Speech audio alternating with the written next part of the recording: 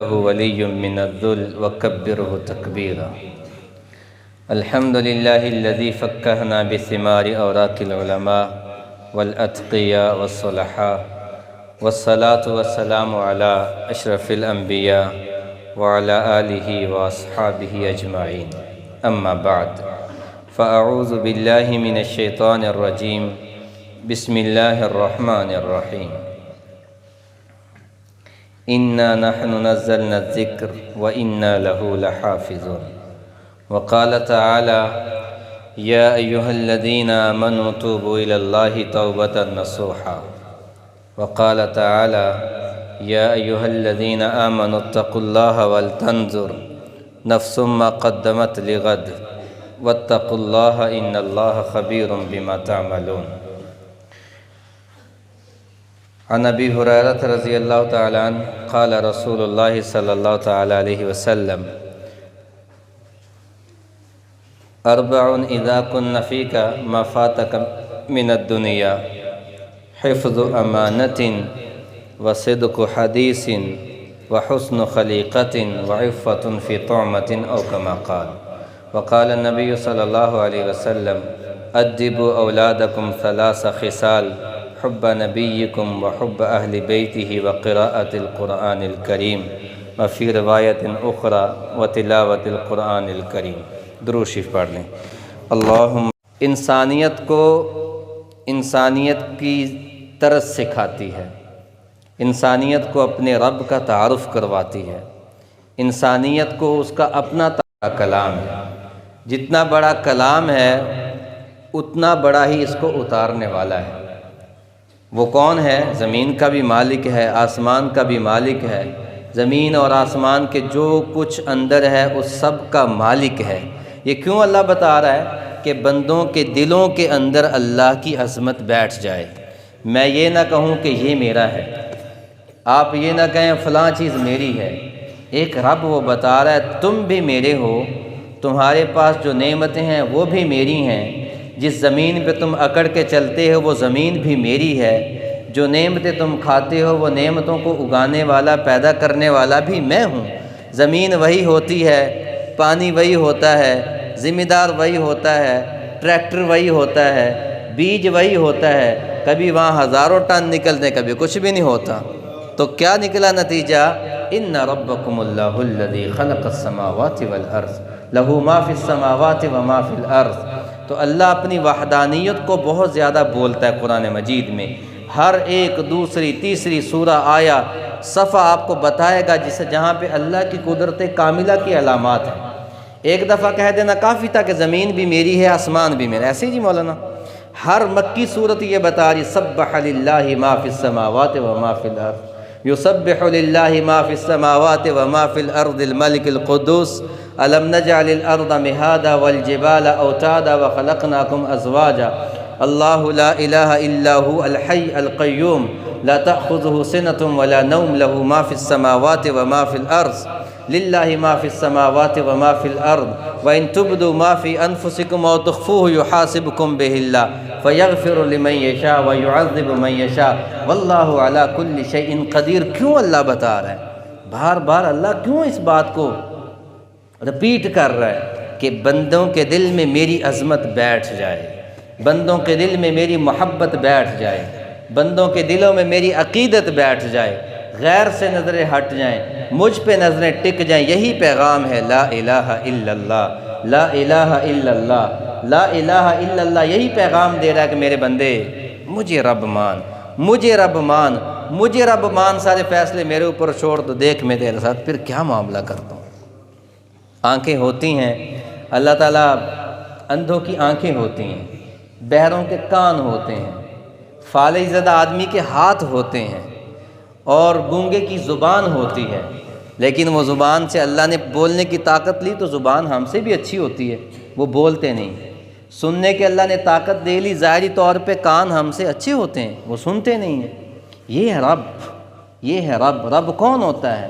جو آپ کو روٹی بھی دیتا ہے، آپ کو پانی بھی دیتا ہے، آپ کی زبان میں چکھنے کی طاقت بھی دیتا ہے، آپ کے کانوں کو سننے کی طاقت بھی دیتا ہے، آپ کی آنکھوں کو دیکھنے کی طاقت بھی دیتا ہے، آپ کے دماغ کو سوچنے کی صلاحیت بھی دیتا ہے، آپ کے پاؤں کو چلنے کی طاقت بھی دیتا ہے، یہ رب ہے جو روزی آپ کو بھی دیتا ہے، وہ مکڑی کو بھی دیتا ہے، وہ شیر جنگل کے درندے کو بھی دیتا ہے، وہ فضا میں اڑنے والے پرندے کو بھی دیتا ہے، وہ تتلی کو بھی دیتا ہے، وہ مچھر کو بھی دیتا ہے۔ تو پھر پتہ یہ چلا کہ اللہ کو ساری انسانیت سے بہت زیادہ محبت ہے۔ تو یہ اس رب کا کلام ہے، اس رب کی یہ کتاب ہے جس کی آج تکمیل ہے۔ تو جو رب پوری دنیا کا ہے، بندے بندے کا ہے، ذرے ذرے کا ہے، زمین کا بھی رب ہے۔ اب حیران ہوں گے کہ زمین کا رب، اللہ نے اس کی وضاحت کی کہ میں زمین کا بھی رب ہوں، میں آسمان کا بھی رب ہوں۔ جیسے میں بندوں کا رب ہوں تو رب وہ ہوتا ہے جس کے حکم کو مانا جائے۔ زمین بھی اللہ کی مخلوق ہے، آسمان بھی اللہ کی مخلوق ہے، مکڑی بھی اللہ کی مخلوق ہے، انسان بھی اللہ کی مخلوق ہے۔ لیکن فرق کیا ہوا؟ فرق یہ ہوا کہ زمین حیوان ساکت ہے، وہ بولتی نہیں، انسان حیوان ناطق ہے، وہ بولتا ہے۔ اور فرق کیا ہوا کہ اللہ کی مخلوق تو ساری تھی، لیکن مجھے آپ کو، اس بچے کو اللہ نے 18,000 مخلوقات کا سردار بنا کر بھیجا ہے۔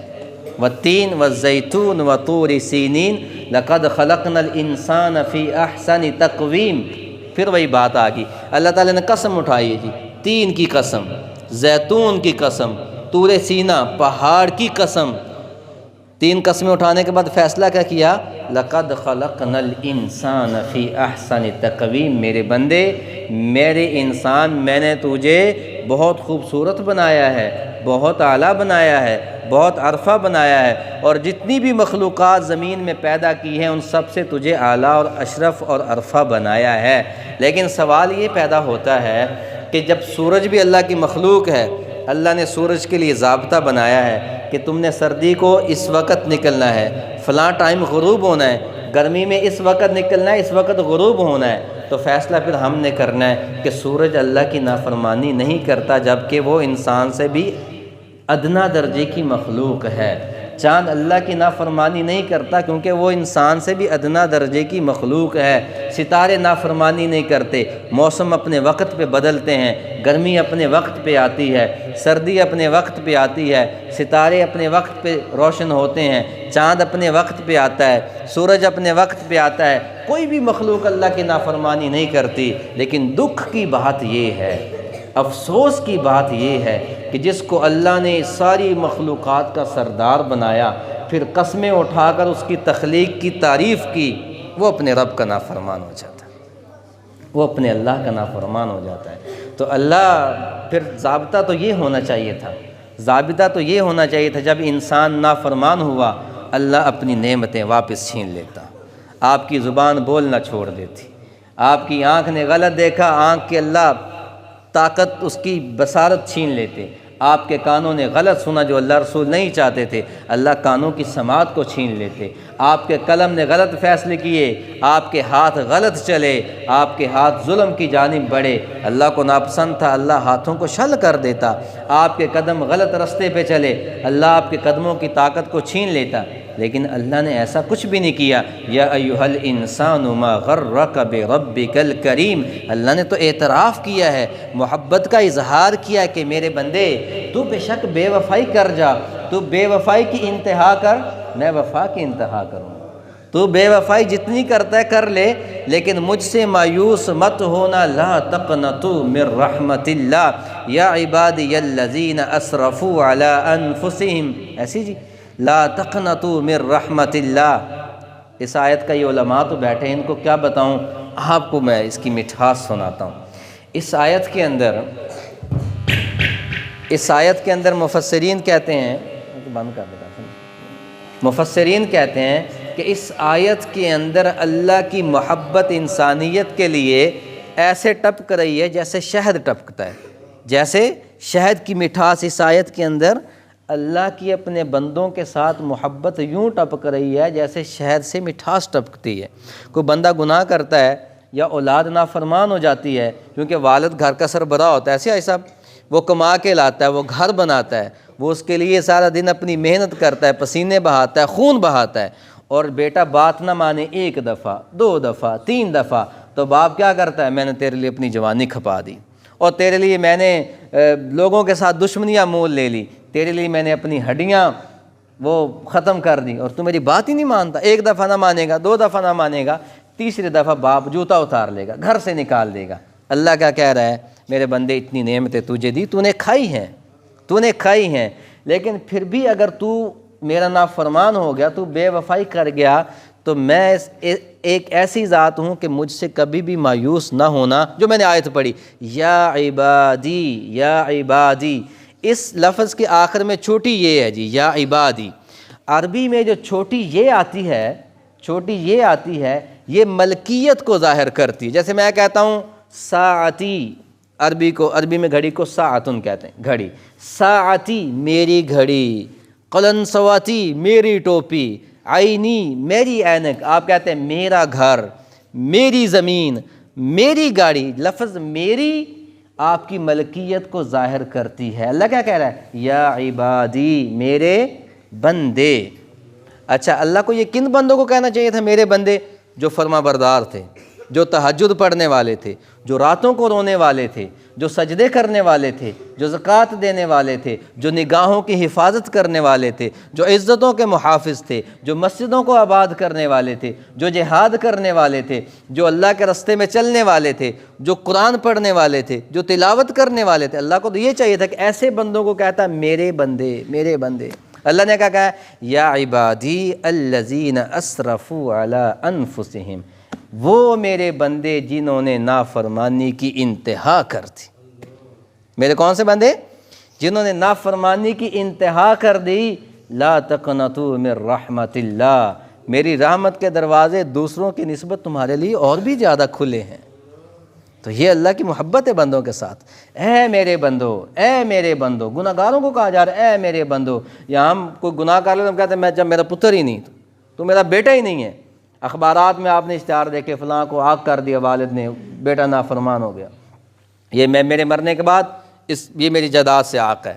یہ زندگی میں کوئی اتنے نافرمان ہو جاتے ہیں، وہ اشتہار دیتے تھے اخبارات میں کہ بھئی اس کے لین دین کا میں ذمہ دار نہیں ہوں۔ حالانکہ باپ ہے، اس کا خون ہے، اس کا حسب نسب اس کے ساتھ ملا۔ وہ کہتا ہے جی میں اس کے لین دین کا ذمہ دار نہیں۔ ایک غلطی پہ تو لاکھ غلطیاں کر، تو لاکھ غلطیاں کر، تو لاکھ غلطیاں کر، تیرا رب کیا کہتا ہے؟ یا عبادی، اے میرے بندے، اے میرے بندے، اے میرے۔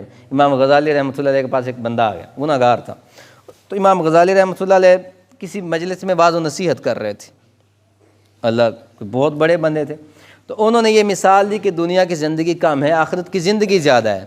تو سوال کرنے والے کے ذہن میں سوال آ گیا کہ جی آخرت کی زندگی کتنی کو زیادہ ہے، کتنی کو زیادہ ہے؟ تو امام غزالی رحمۃ اللہ علیہ نے مثال کے طور پہ سمجھایا کہ وہ اتنی زیادہ ہے کہ اگر زمین کی سطح سے لے کے آسمان کی چوٹی تک اس کو رائے کے دانوں سے بھر دیا جائے، اور 1000 سال کے بعد ایک پرندہ آئے، وہ ایک دانہ اپنی چونچ میں لے اور اڑ جائے، 1000 سال کے بعد، 1000 سال، تو یہ دانے تو ختم ہو جائیں گے، آخرت کی زندگی ختم نہیں ہوگی۔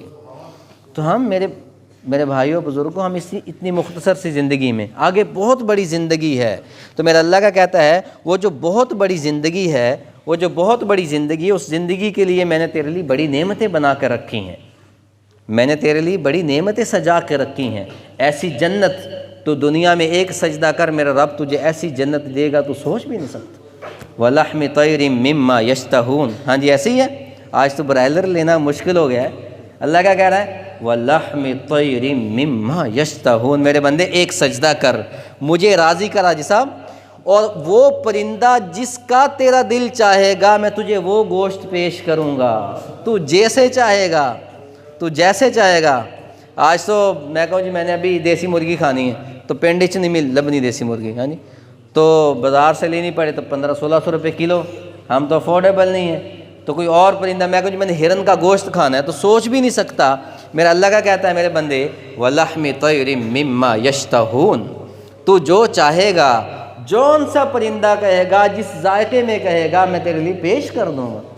وَلَحْمِ طَيْرٍ وَحُورٌ عِينٌ، تو دنیا کی عورتوں کے پیچھے بھاگتا ہے میرا نوجوان، بد نظری کرتا ہے، اپنی شخصیت کو خراب کرتا ہے، تو ایک نگاہ جھکا میرا اللہ کا کہتا ہے وحور عین، تیرے استقبال کے لیے جنت کے دروازے پہ میں حور عینہ کو کھڑا کر دوں گا۔ اور وہ کیسی حور؟ وَلَحْمِ طَيْرٍ مِّمَّا يَشْتَهُونَ وَحُورٌ عِينٌ كَأَمْثَالِ اللُّؤْلُؤِ الْمَكْنُونِ جَزَاءً بِمَا كَانُوا يَعْمَلُونَ۔ حور کیسی ہوگی؟ 70 لباس ہوں گے، وہ گھونٹ پانی کا پیے گی تو اس کے حلق سے اترتا ہوا تو دیکھے گا۔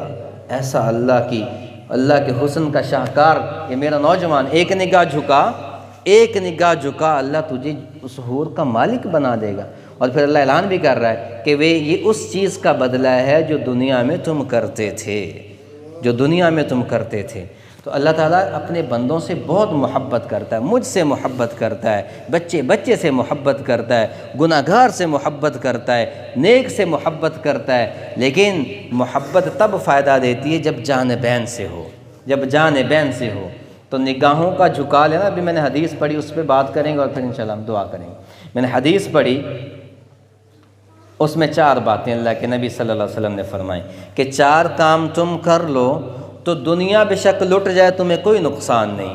وہ 4 کام کون سے؟ حفظ امانت وصدق حدیث وحسن خلیقت وعفت فی طعمت او کما قال۔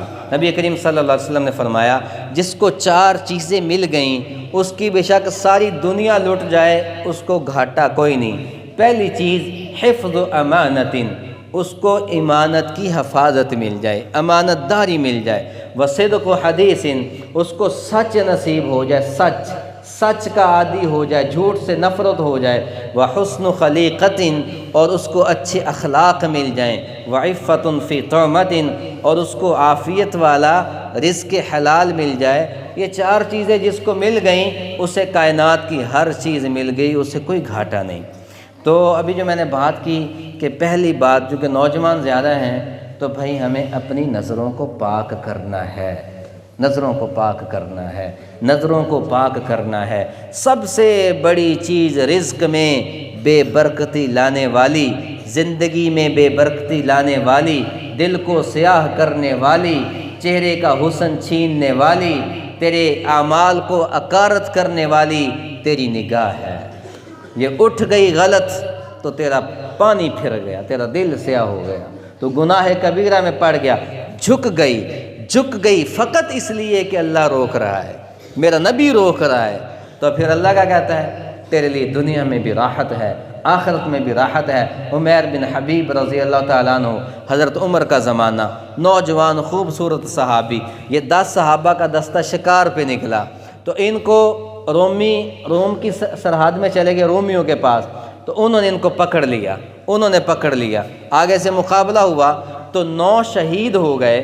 یہ ایک عمیر بن حبیب رضی اللہ تعالیٰ عنہ، یہ نوجوان تھے، عرب تھے، خوبصورتی کی انتہا پہ تھے، خوبصورتی کا شاہکار تھے، یہ بھی پکڑے گئے۔ تو ان کو سردار کے سامنے پیش کیا گیا، تو انہوں نے دیکھا کہ نوجوان خوبصورت ہے، انہوں نے ان کو اپنا غلام بنا لیا اور ان کو پیشکش کی کہ اگر تم اسلام چھوڑ دو اور میری بیٹی سے نکاح کر لو تو تمہیں میں اپنے قبیلے کا سردار بھی بناؤں گا اور جائیداد بھی دوں گا۔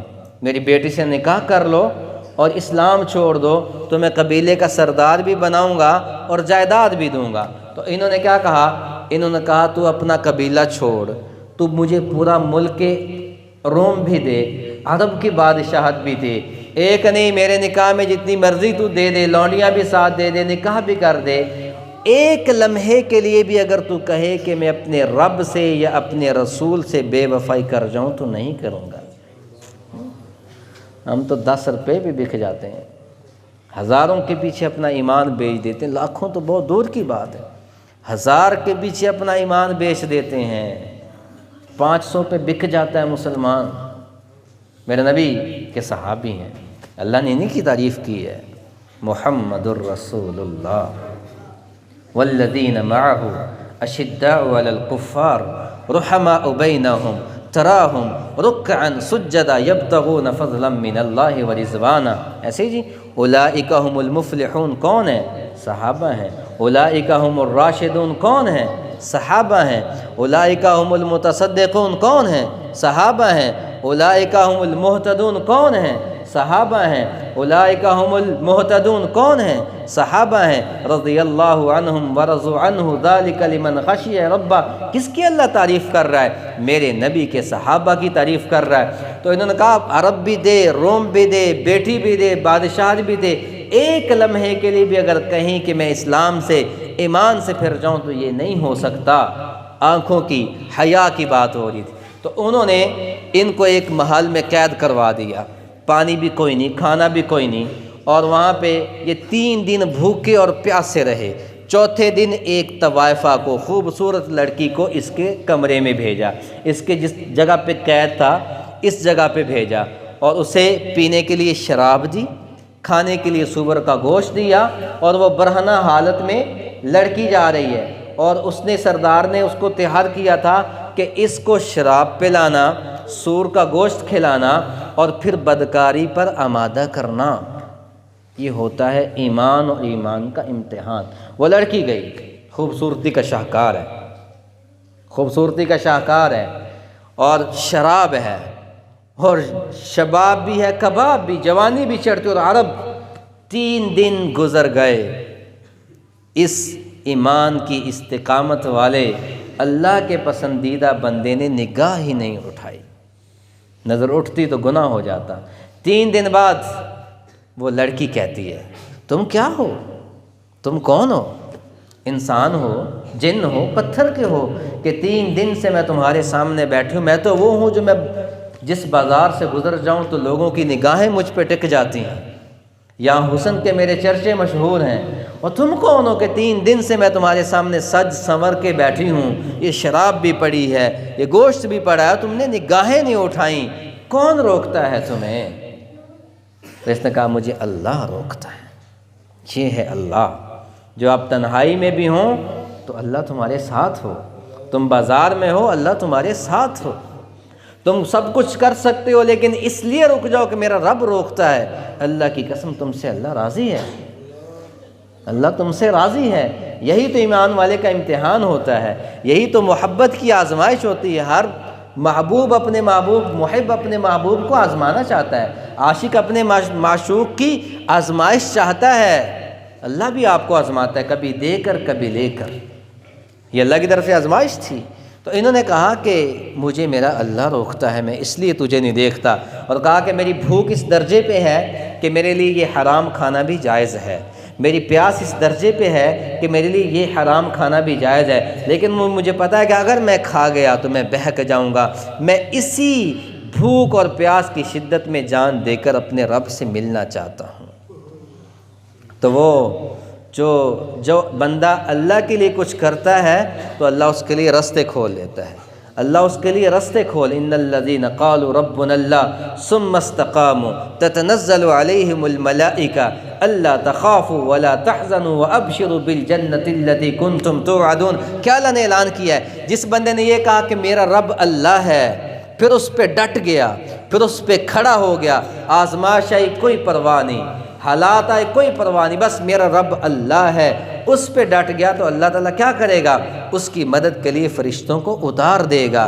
فرشتے نہ بھی اترے تو دنیا میں اللہ اس کی مدد کے لیے لوگوں کو فرشتہ بنا دے گا۔ یہ عورت ہے جو بہکانے آئی تھی، اب وہ اس کی تار اللہ سے ملی ہے، اللہ کی محبت کے لیے نگاہیں بھی جھکی ہیں، اللہ کی محبت کی خاطر بھوک بھی برداشت کی ہے، اللہ کی محبت کی خاطر پیاس بھی برداشت کی ہے، اللہ کی محبت کی خاطر قید بھی برداشت کی ہے، تو اللہ نے اس عورت کو اس کے لیے فرشتہ بنا دیا۔ وہ کہتی ہے تیرے جیسے ایمان والے کو استقامت کے پہاڑ کو میں ضائع نہیں ہونے دوں گی۔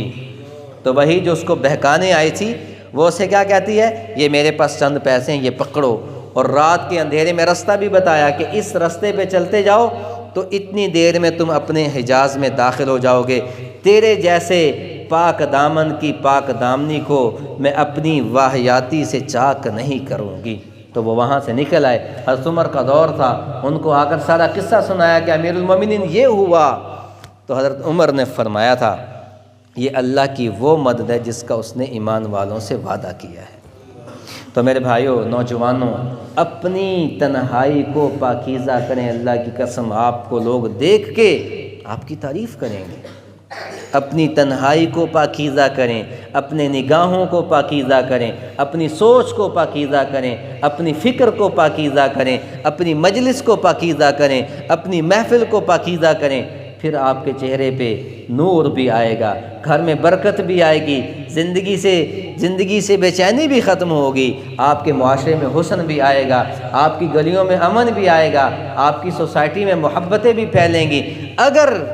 اگر مسلمان کا بیٹا مسلمان کی بیٹی کی عزت کا دشمن بنا رہا تو محافظ کون بنے گا؟ محمد بن قاسم کون بنے گا؟ طارق ابن زیاد کہاں سے آئے گا؟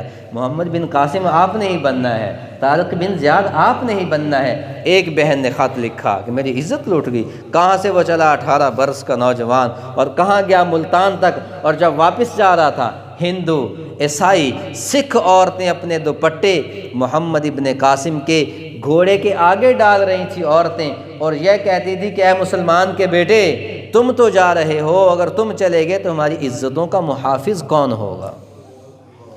اقبال نے کیا کہا تھا؟ کبھی اے نوجوان مسلم تدبر بھی کیا تو نے، وہ کیا گردوں تھا جس کا تو ہے ایک ٹوٹا ہوا تارا، تجھے اس قوم نے پالا ہے آغوش محبت میں، کچل ڈالا تھا جس نے پاؤں میں تاجے سرے دارا، دی اذانیں کبھی یورپ کے کلیساؤں میں اور کبھی افریقہ کے تپتے ہوئے صحراؤں میں۔ بات یاد آ گئی، عقبہ بن نافع رضی اللہ تعالیٰ عنہ، حضرت عمر کا دور خلافت، اللہ کے نبی صلی اللہ علیہ وسلم دنیا سے گیا ہوئے 40 برس گزر گئے، 50 ہجری۔ عقبہ بن نافع رضی اللہ تعالیٰ عنہ فتح کرتے کرتے کرتے افریقہ کے جنگلات تک پہنچ گئے، تو فوجیوں کو چھاونی بنانے کے لیے ضرورت پڑتی تھی، تو انہوں نے مشورہ کیا کہ اگر ہم کسی میدان میں پڑاؤ ڈالتے ہیں تو دشمن رات کو حملہ کر سکتا ہے، تو لہذا ایسی کوئی جگہ کا انتخاب کرو جو جنگل میں گھری ہوئی ہو، وہاں پر ہم اپنی چھاونی بنائیں اور وہاں پر پڑاؤ ڈالیں۔ یہ اللہ کے نبی کے صحابہ ہیں، اللہ کے نبی کے صحابہ ہیں جن کی زندگی تقوی والی بن گئی، اطاعت والی بن گئی۔ تو اقبال نے کیا کہا تھا؟ فضائے بدر پیدا کر اتر سکتے ہیں فرشتے، تیری مدد کو درگوں سے قطار اندر قطار۔ اب بھی ہمارا تو ایمان ختم ہو گیا، میری تو مسجد ویران ہوگی، میرا چوک آباد ہے میری مسجد ویران ہے، میری دکان آباد ہے میرا مسجد ویران ہے، میرے سینمے آباد ہے میری مسجد ویران ہے، میری مسجد پہ نوجوان کوئی نہیں۔ گلی پہ چلے جاؤ نوجوان ملیں گے، بس کے اڈوں پہ چلے جاؤ نوجوان ملیں گے، موبائلوں کی دکانوں پہ چلے جاؤ نوجوان ملیں گے، کہیں میچ ہو رہا ہے تو نوجوان ملیں گے۔ مسجد میں کون ملے گا؟ جو سجدہ بھی نہیں کر سکتا، جو اپنی پیشانی کو بھی نہیں جھکا سکتا۔ تو آپ تو سرمایہ تھے، دین نوجوانوں سے پھیلا ہے۔ میرے نبی نے نوجوانوں کی تعریف کی ہے، مدینہ کی ہجرت کا سبب نوجوان بنے تھے، بوڑھے کوئی نہیں بنے تھے۔ یہ مدینہ کے 12 نوجوان آئے تو ملے، تو آپ نے دیکھا کہ یہ تو نرم شاخیں ہیں، آپ نے ان نوجوانوں کو دعوت دی تو 12 کے 12 پہلی دعوت پہ ایمان لے آئے۔ وہ 12 جب مدینہ واپس گئے تو انہوں نے جا کر وہاں پہ ایک ماحول بنایا، اگلی دفعہ حج پہ آئے تو وہ 72 بن کے آئے، اور انہوں نے کہا تھا یا رسول اللہ یہ 72 کے 72 نوجوان آپ کی ایمان پر، آپ کی دعوت پر، آپ کے اسلام پر، آپ کی ذات پر مرنے کے لیے، مٹنے کے لیے تیار ہیں۔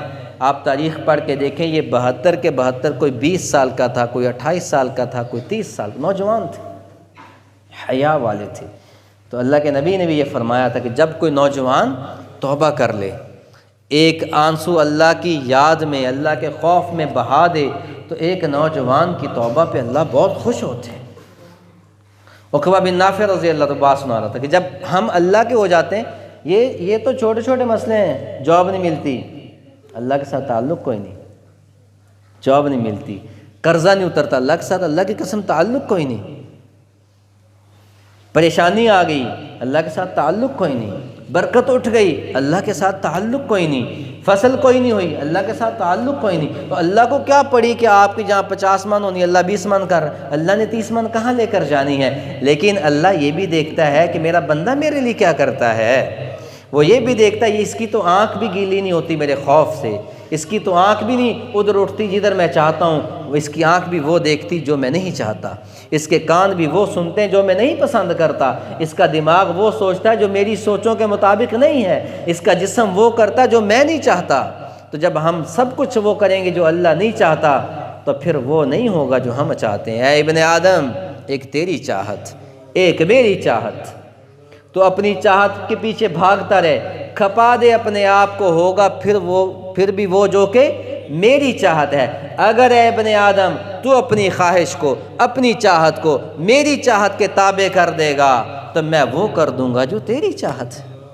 کبھی کر کے تو دیکھیں کہ دل چاہ رہا یہ کروں، دل چاہ رہا یہ کروں، اور اللہ نے منع کیا نہ کر، تو کبھی اس کو چھوڑ کے بھی دیکھو کہ آج میں فقط اس لیے چھوڑ رہا ہوں کہ میرا رب یہ کام نہیں چاہتا، آج فقط اس لیے چھوڑ رہا ہوں کہ میرا رب یہ کام نہیں چاہتا۔ عقبہ بن نافع رضی اللہ تعالیٰ عنہ، وہ جنگل جو تھا وہاں پہ چونکہ بہت بڑے بڑے وہاں درخت بھی تھے، وہاں درندے بھی تھے، تو انہوں نے مشورہ کیا کہ یہاں پہ چھاونی بناتے ہیں۔ تو عقبہ بن نافع رضی اللہ تعالیٰ عنہ لشکر کے امیر تھے، انہوں نے کہا بھی کیسے بناؤ گے، یہاں پہ درندے چیر پھاڑ دیں گے۔ مشورہ ہوا، کہا چلیں حل نکالتے ہیں۔ حل کا نکالا، ایک بندہ پہاڑی پہ کھڑے ہوئے حضرت عقبہ بن نافع رضی اللہ تعالیٰ عنہ، اور انہوں نے جنگل کے درندوں سے بات کی، ایھا الحشرات والسباغ نحن اصحاب رسول اللہ صلی اللہ علیہ وسلم، اے زمین کے درندوں اور حشرات۔ عربی میں خطاب کر رہا ہے کہ عرب جو کہاں سے چلا ہے، مدینہ سے چلا ہے، پہنچ کر رہا ہے افریقہ کے جنگلات میں۔ افریقہ کے لوگ بھی عربی کوئی نہیں جانتے، لیکن جب اللہ کے ساتھ تعلق تھا، محبت بنی ہوئی تھی، کتاب اللہ زندگی میں تھی، سنت رسول اللہ زندگی میں تھی، تو اللہ نے وہ جنگل کے درندوں کو بھی عربی زبان کی تفہیم دے دی۔ وہ بھی سمجھ رہے ہیں کہ یہ کون بول رہا ہے، یہ رسول اللہ کا غلام بات کر رہا ہے، وہ ہم سے مخاطب ہے۔ اے جنگل کے درندوں، اے جنگل کے پرندوں، ہم رسول اللہ صلی اللہ علیہ وسلم کے صحابہ ہیں، ہم یہاں پر ایک چھاونی بنانا چاہتے ہیں، اور آپ کو یہ بتایا جا رہا ہے کہ جنگل کو خالی کر دو، ثم بعد قتلناہ، اس اعلان کے بعد اگر کوئی پایا گیا جنگل کے اندر تو اسے قتل کر دیا جائے گا۔ تاریخ بتاتی ہے، دیکھنے والوں نے یہ بتایا ہے کہ وہاں لوگوں نے دیکھا شیر بھی گردن جھکا کے جنگل خالی کر کے جا رہا ہے، چیتا بھی نکل رہا ہے، ہاتھی بھی جا رہا ہے، کیڑے مکوڑوں تک نے اس جگہ کو خالی کر دیا، ایک اللہ کے بندے کی آواز پر۔ تو علامہ اقبال نے پھر اس کو مد نظر رکھتے اس واقعے کو یہ شعر پڑھا تھا۔ اچھا، یہ عقبہ بن نافع رضی اللہ تعالیٰ عنہ جب ساحل سمندر پہ پہنچے، بحر اوقیانوس غالباً، تو انہوں نے چونکہ آگے پانی تھا، انہوں نے اپنے گھوڑے کے پہلے 2 پاؤں پانی کے اندر رکھے اور اوپر اللہ کے آسمان کی طرف نگاہ اٹھائی اور کہا کہ اے اللہ، اگر یہ سمندر حائل نہ ہوتا تو عقبہ بن نافع آپ کے پیغام کو، آپ کے نبی کے پیغام کو دنیا کے آخری کونے تک پہنچا کے واپس لوٹتا۔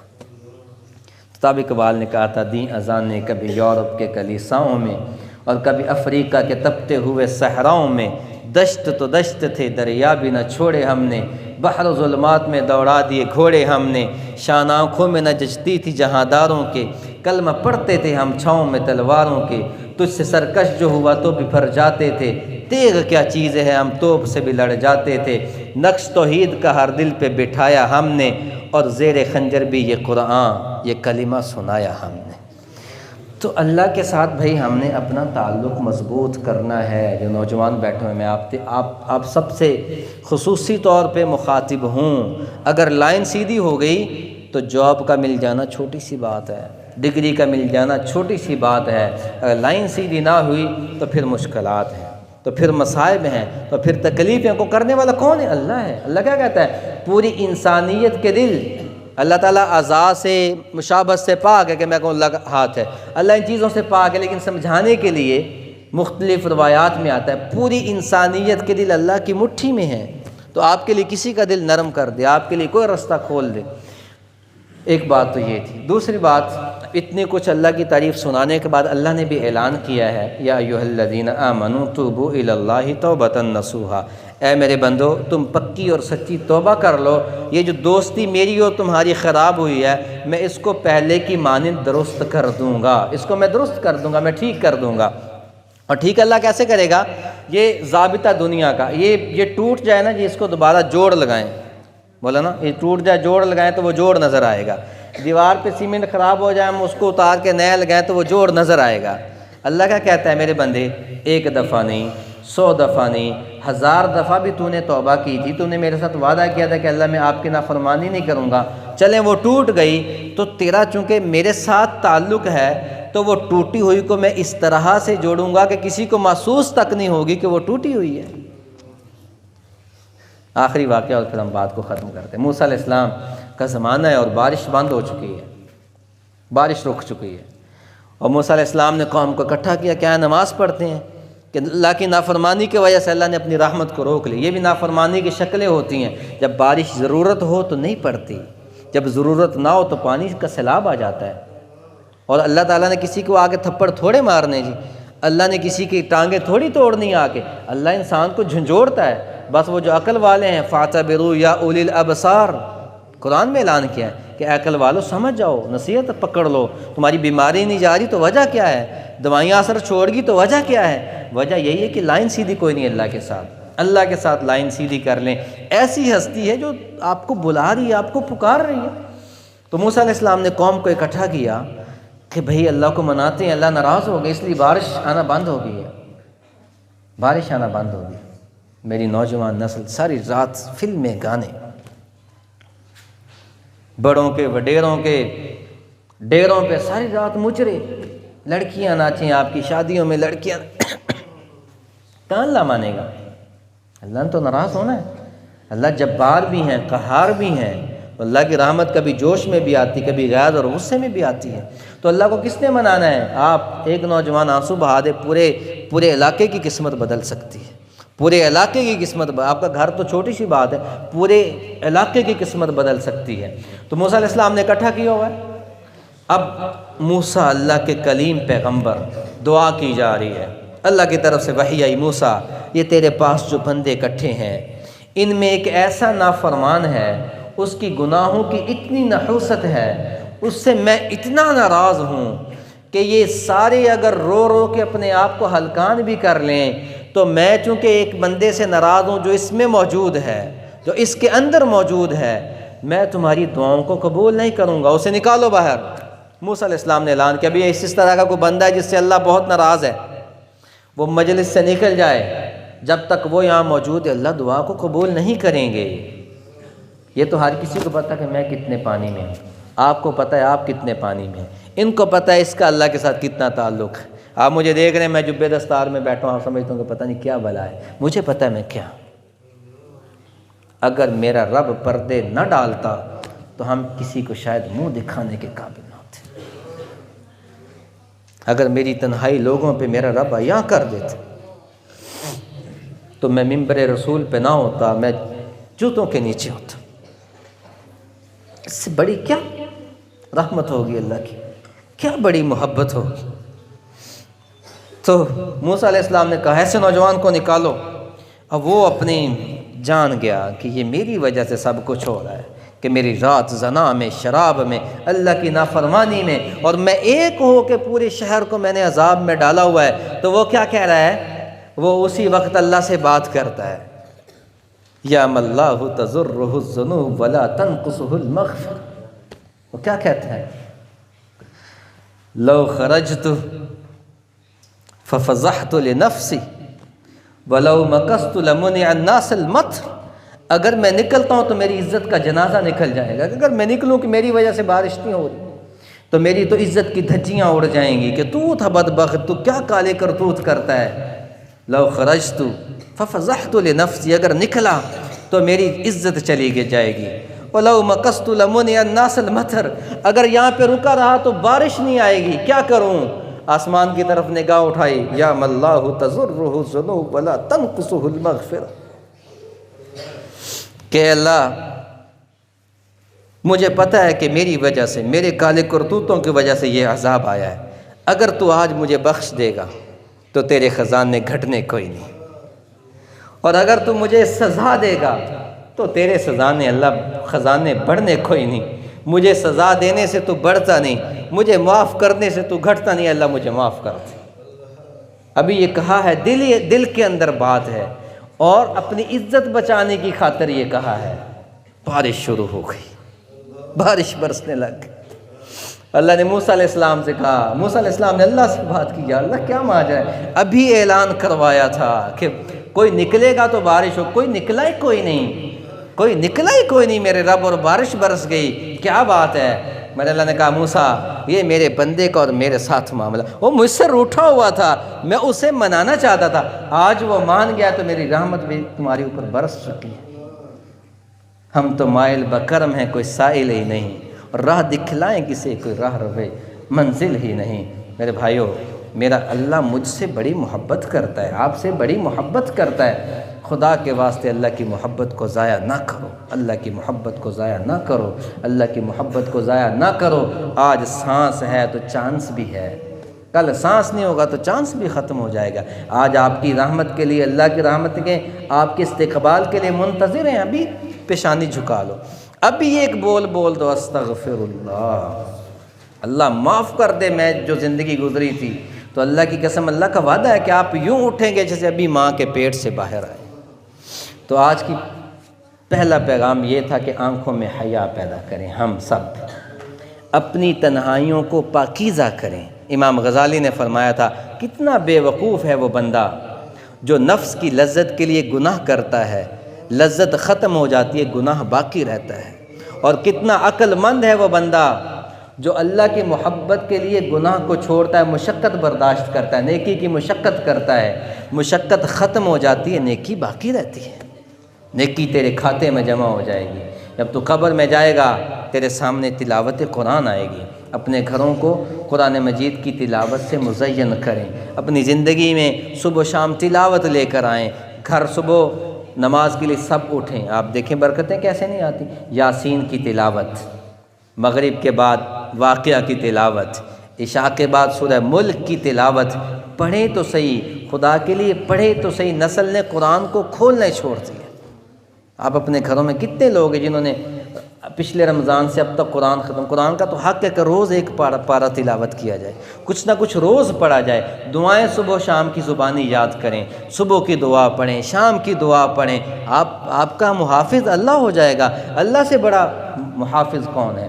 اللہ سے بڑا حفاظت کرنے والا کون ہے؟ بیماریوں سے بچانے کے لیے دعائیں، حادثات سے بچنے کے لیے دعائیں، مریض کی حجادت کے لیے دعائیں، صبح کی دعا، سونے کی دعا، جاگنے کی دعا، یہ ساری دعائیں اللہ کے نبی آپ کو دے کر گئے ہیں۔ تو اللہ ہم سے بہت محبت کرتا ہے۔ ایک پیغام یہ تھا۔ دوسرا پیغام توبہ کا، وہ سارے ہم کریں گے انشاءاللہ دعا میں۔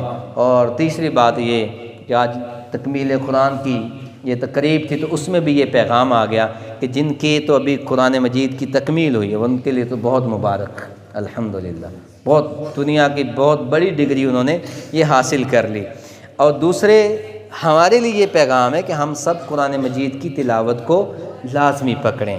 اور تیسرے، آپ تو نوجوان ہیں، آپ کے تو زیادہ نہیں ہیں، باقی ہمارے اختلافات سب کے بہت عروج پہ ہوتے ہیں دیہاتوں کی زندگی میں، تو بھائی اپنے دل کو دوسروں کے لیے ہمیں صاف رکھنا چاہیے، صاف رکھنا چاہیے۔ بس ایک واقعہ اجازت ہے جی 5 منٹ کی ضرورت، آخری بات 5-4 منٹ کا واقعہ وہ سنا کے پھر۔ ایک صحابی ہیں سعید بن مالک رضی اللہ تعالیٰ عنہ، وہ مدینہ کے رہنے والے تھے، سعد بن مالک غالباً۔ تو نبی کریم صلی اللہ علیہ وسلم مسجد نبوی میں ایسے بیٹھے ہوئے ہیں، تو آپ صلی اللہ علیہ وسلم گفتگو کر رہے تھے صحابہ سے۔ گفتگو کرتے کرتے فرماتے آپ نے اچانک مسجد کے سیدھے دروازے کی طرف اشارہ کیا کہ مسجد کے اس دروازے سے ایک آدمی آئے گا، وہ اللہ کو اتنا پسند ہے کہ وہ جنتی ہے۔ اب دیکھنے والوں نے جب یہ بات سنی، مسجد نبوی کا ممبر ہو، بیان کرنے والا محمد الرسول اللہ صلی اللہ علیہ وسلم حبیب اللہ ہو، اور مجلس صحابہ کی ہو، اب مسجد کے اس دروازے سے ایک جنتی آئے گا۔ سب نے پیچھے موڑ کے دیکھا کون آئے گا، تو پیچھے دیکھا تو ایک صحابی، ان کے بڑھاپا آ رہا تھا، وضو کیا ہوا ہے، داڑھی میں کچھ بال سفید ہیں کچھ سیاہ ہیں، مدینہ کے رہنے والے تھے، انہوں نے وضو کیا ہوا ہے۔ حدیث کے اندر یوں آتا ہے، ایک ہاتھ میں جوتے پکڑے ہوئے تھے، وضو چونکہ تازہ کیا تھا تو داڑھی سے وہ پانی کے قطرے بھی نیچے ٹپک رہے تھے۔ وہ آئے چپ کر کے، انہوں نے جوتا سائیڈ پہ رکھا اور مسجد میں صحابہ کے پیچھے بیٹھ گئے۔ وہ تھے سعد بن مالک رضی اللہ تعالیٰ عنہ۔ ایک دن، دوسرے دن بھی ایسے منظر ہوا، نبی کریم صلی اللہ علیہ وسلم آپس میں صحابہ سے گفتگو فرما رہے تھے، گفتگو کرتے کرتے پھر آپ نے اچانک فرمایا مسجد کے اس دروازے سے ایک جنتی داخل ہوگا۔ صحابہ نے مڑ کے دیکھا، وہی صحابی سعد بن مالک رضی اللہ تعالیٰ عنہ اسی حالت میں وضو تازہ کیا ہوا، پانی کے قطرے داڑھی سے گر رہے ہیں اور وہ پیچھے چپ کر کے آ کر بیٹھ جاتے ہیں۔ دو دن بشارت کون دے رہا ہے؟ جناب رسول اللہ صلی اللہ علیہ وسلم۔ تیسرا دن پھر ایسے ہوا، 3 مرتبہ وہی صحابی نبی صلی اللہ علیہ وسلم بات کر رہے ہیں، آپ نے اچانک اس دروازے سے ایک جنتی آئے گا۔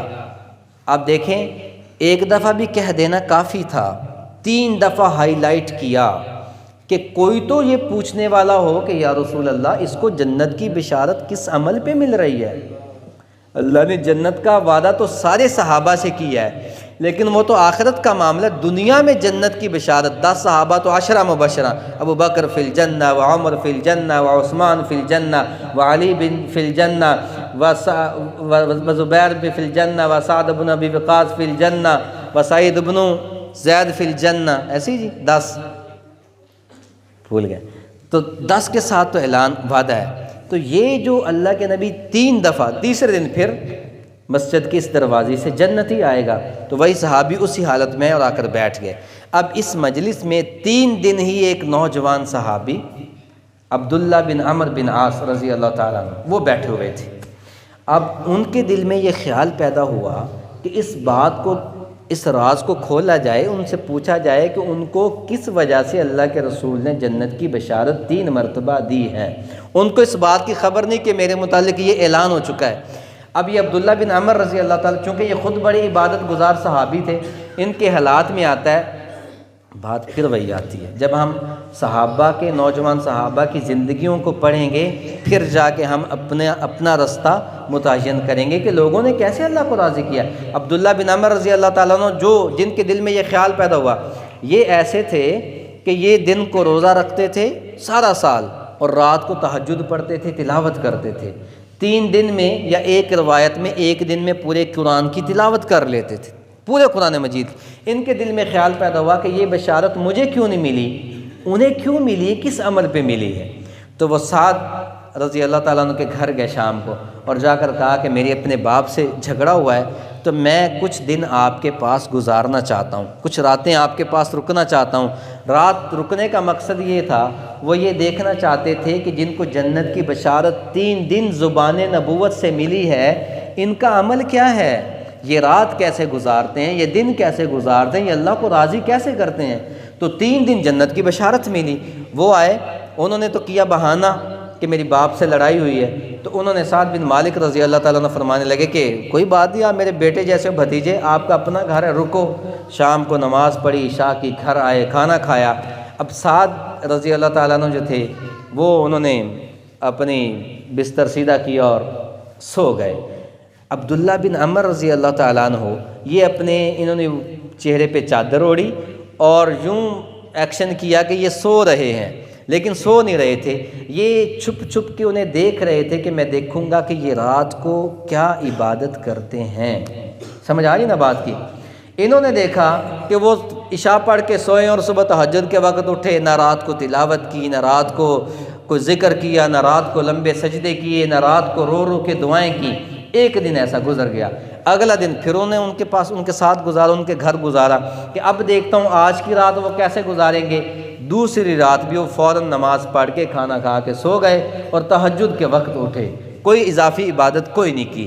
تیسرا دن پھر اسی طرح سے گزر گیا۔ اب 3 دن بعد جب وہ واپس جانے لگے، کیونکہ وہ تو کچھ اور دیکھنا چاہتے تھے کہ میں دیکھوں اس کی رات کیسے گزرتی ہے۔ ہماری بھی رات ایسے گزرتی نا، اوپر رضائی چڑھا لیتے ہیں، اندر موبائل میں فلمیں ہوتی ہیں، ساری رات ہینڈ فری لگا کے دیکھتے ہیں۔ ایک ایک پل کا میرا رب حساب مانگے گا، اللہ کی قسم، ایک ایک لمحے کا مانگے گا۔ 7 سال 10 سال والے کو معاف ہے، 11 12 14 15 والے کو تو اللہ پوچھیں گے بھی کہاں کہاں وقت گزارا ہے۔ 3 گھنٹے 4 گھنٹے کے ڈرامے، فلمیں، گانے، کیا یار زندگی ہے یہ؟ غلاظت، گندگی کے ڈھیر پہ آپ سکون ڈھونڈتے ہو۔ گندگی کو جیب میں ڈال کے ہم سکون ڈھونڈتے ہیں، برکتیں ڈھونڈتے ہیں، تو کوئی نہیں آنی بھائی، کوئی نہیں آنی۔ اپنے راستے متعین کریں۔ یہ باتیں بڑوں سے کرنے والی نہیں، یہ نوجوانوں سے کرنی، اس لیے میں آپ سے کر رہا ہوں۔ تو 3 دن بعد جب وہ واپس جانے لگے نا، عبداللہ بن عمر جو نوجوان صحابی ہیں، انہوں نے پوچھا کہ چچا 3 دن میں نے نبی پاک صلی اللہ علیہ وسلم کی زبان سے آپ کے لیے بشارت سنی کہ اس دروازے سے جنتی آئے گا، جنتی آئے گا، جنتی آئے گا۔ تینوں دن اسی لمحے آنے والے، تشریف لانے والے آپ ہی تھے۔ ادھر نبی کریم صلی اللہ علیہ وسلم کی زبان کی بشارت وہ حق ہے، سچ ہے۔ آپ کا عمل جب دیکھتا ہوں تو آپ تو وہی کرتے ہیں جو ہم کرتے ہیں، ہم بھی نماز پڑھتے ہیں، آپ بھی پڑھتے ہیں، ہم بھی تہجد پڑھتے ہیں، آپ بھی پڑھتے ہیں، تو یہ تو عبادت میں ان سے آگے تھے۔ تو کیا وجہ، آپ کا کون سا ایسا عمل ہے جس کی وجہ سے آپ کو اللہ کے نبی نے جنتی ہونے کا اعلان کیا ہے؟ تو انہوں نے کہا کہ بھتیجے، جو میری زندگی ہے جیسے میں گزارتا ہوں وہ ایسے ہی جو آپ نے دیکھا ہے، ہاں، اور میری زندگی میں کوئی عمل نہیں۔ تو وہ جب واپس جانے لگے تو اچانک انہیں خیال آیا، کیونکہ بڑے تھے، انہوں نے آواز دی، بھتیجے بات سنو۔ وہ واپس مڑے تو وہ گویا ہوئے، بتانے لگے کہ بھتیجے میری زندگی تو وہی ہے جو تم نے دیکھی، ایسے ہی گزرتی ہے، ہاں ایک بات جو میرے اندر، جو میں محسوس کرتا ہوں، جو باقیوں میں کم ہوتی ہے، وہ یہ ہے کہ اس دل کے اندر کسی ایک کے لیے بھی حسد بھی کوئی نہیں، کینہ بھی کوئی نہیں، بغض بھی کوئی نہیں، عداوت بھی کوئی نہیں، اس دل میں کسی ایک کے لیے بھی کبھی برا خیال نہیں آیا۔ یہ دل لوگوں کے لیے صاف ہے، یہ دل لوگوں کے لیے پاک ہے، نہ کسی کے ساتھ حاسد ہوں، نہ میرے دل کے اندر کینہ ہے، نہ بغض ہے، نہ عداوت ہے، نہ چغلی کرتا ہوں، نہ غیبت کرتا ہوں۔ یہ دل لوگوں کے لیے آئینہ ہے، صاف ہے۔ اور ساتھ فرمایا کہ جب اللہ کسی کو کوئی نعمت دیتا ہے تو میرے دل میں حسد پیدا نہیں ہوتا، میں خوش ہوتا ہوں۔ ہو سکتا ہے یہی بات ہو جو اللہ کو پسند آئی ہو۔ تو عبداللہ بن عمر رضی اللہ تعالیٰ عنہ جو سن کے فرمانے لگے ہاں ہذا ہوا، یہی تو بڑی بات ہے جو بہت کرنا مشکل ہے۔ تو نوجوان نسل ہے، ہمارے گھروں میں بڑے اختلاف ہیں، ہماری فیملی سسٹم میں بڑے اختلاف ہیں، برادری ازم میں بڑے اختلاف ہیں۔ یہ اسلامی تعلیمات نہیں ہیں، نظام کو آپ نے بدلنا ہے، آنے والی نسل آپ بنا رہے ہیں۔ اپنے گھروں کے سسٹم کو، اپنے محلوں کے سسٹم کو، اپنے دیہات کے سسٹم کو آپ نے اچھا کرنا ہے۔ کسی سیاستدان کے پیچھے دل میں بغض پیدا نہ کریں، اپنے دلوں میں میل نہ لے کر آئیں، اپنے دلوں کو ایک دوسرے کے لیے کالا نہ کریں۔ دلوں کو صاف رکھیں گے تو اللہ کی رحمتیں بھی آئیں گی، برکتیں بھی آئیں گی، اور اللہ بھی ہم سے راضی ہوگا۔ اللہ تعالیٰ سے دعا ہے جو میں نے کہا اللہ اس پہ ہم کو سب کو عمل